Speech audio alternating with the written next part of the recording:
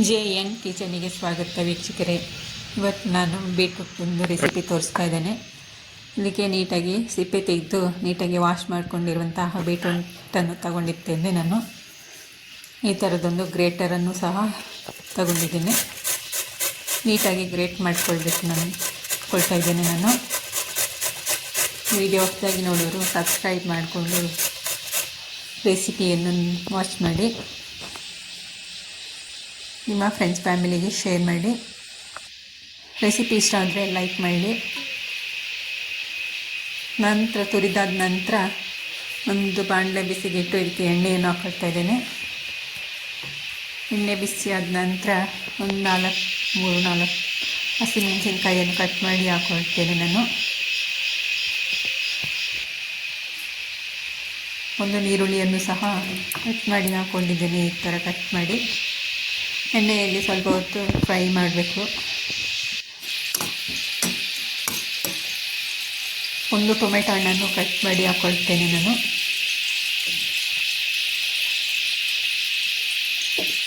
ಎಲ್ಲವನ್ನು ನೀಟಾಗಿ ಎಣ್ಣೆಯಲ್ಲಿ ಫ್ರೈ ಮಾಡಬೇಕು.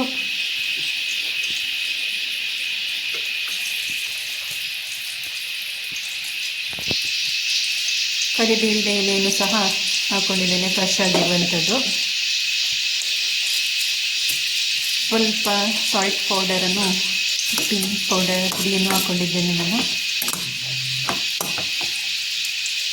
ನಂತರ ತುರಿದಿರುವಂತಹ ಬೀಟ್ರೂಟನ್ನು ಹಾಕ್ಕೊಂಡಿದ್ದೇನೆ. ಹೆಸರು ಕಾಳನ್ನು ಸಹ ಸೇರಿಸ್ಕೊಂಡಿದ್ದೇನೆ ನಾನು.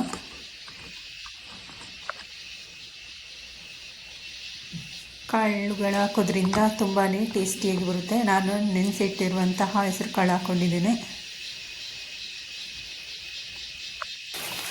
ಸ್ವಲ್ಪ ಹೊತ್ತು ಎಣ್ಣೆಯಲ್ಲೇ ಫ್ರೈ ಮಾಡಬೇಕು. ಲಿಡ್ ಕ್ಲೋಸ್ ಮಾಡಿ.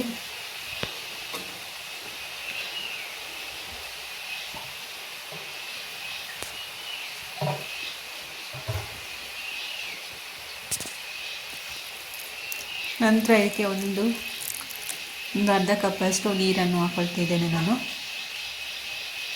ನೀರು ಹಾಕೋದ್ರಿಂದ ಹೆಸರು ಕಾಳು ಚೆನ್ನಾಗಿ ಬೇಯುತ್ತೆ.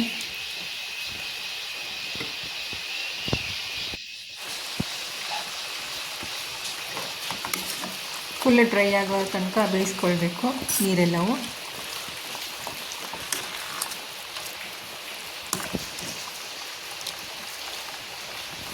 ಒಂದು ಲಿಡ್ ಕ್ಲೋಸ್ ಮಾಡಿ ಬೇಯಿಸ್ಕೊಳ್ಬೇಕು.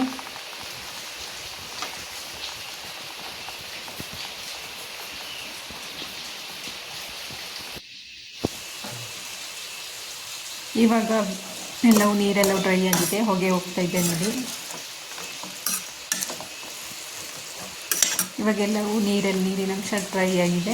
ಇದಕ್ಕೆ ನಾನು ತುರಿದಿರುವಂತಹ ತೆಂಗಿನಕಾಯಿಯನ್ನು ಹಾಕೊಳ್ತಾ ಇದ್ದೇನೆ. ತುಂಬಾ ಒಳ್ಳೆಯ ಕಾಂಬಿನೇಷನ್ ಇದು. ಅಕ್ಕಿ ರೊಟ್ಟಿ ಜೊತೆ, ದೋಸೆ ಜೊತೆ, ಬಿಸಿ ಅನ್ನಕ್ಕೆ ಸೈಡ್ ಡಿಶ್ ಆಗಿ ಮಕ್ಕಳಿಗೆ ಮಾಡಿಕೊಡಿ. ಬೆಳಗಿನ ಬ್ರೇಕ್ಫಾಸ್ಟಿಗೆ ಆಗುತ್ತೆ, ಮಧ್ಯಾಹ್ನದ ಲಂಚ್ ಬಾಕ್ಸಿಗೂ ಆಗುತ್ತೆ. ತುಂಬಾ ಸೂಪರಾಗಿ ಬರುತ್ತೆ ಈ ರೀತಿ ಬೀಟ್ರೂಟ್ ಪಲ್ಯ ಮಾಡೋದ್ರಿಂದ. ನಾನು ದೋಸೆ ಜೊತೆ ಸರ್ವ್ ಮಾಡ್ತಾಯಿದ್ದೀನಿ.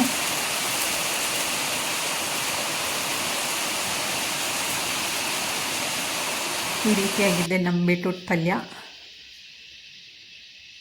Thank you for watching. ಎಲ್ಲರಿಗೂ ಬಾಯ್.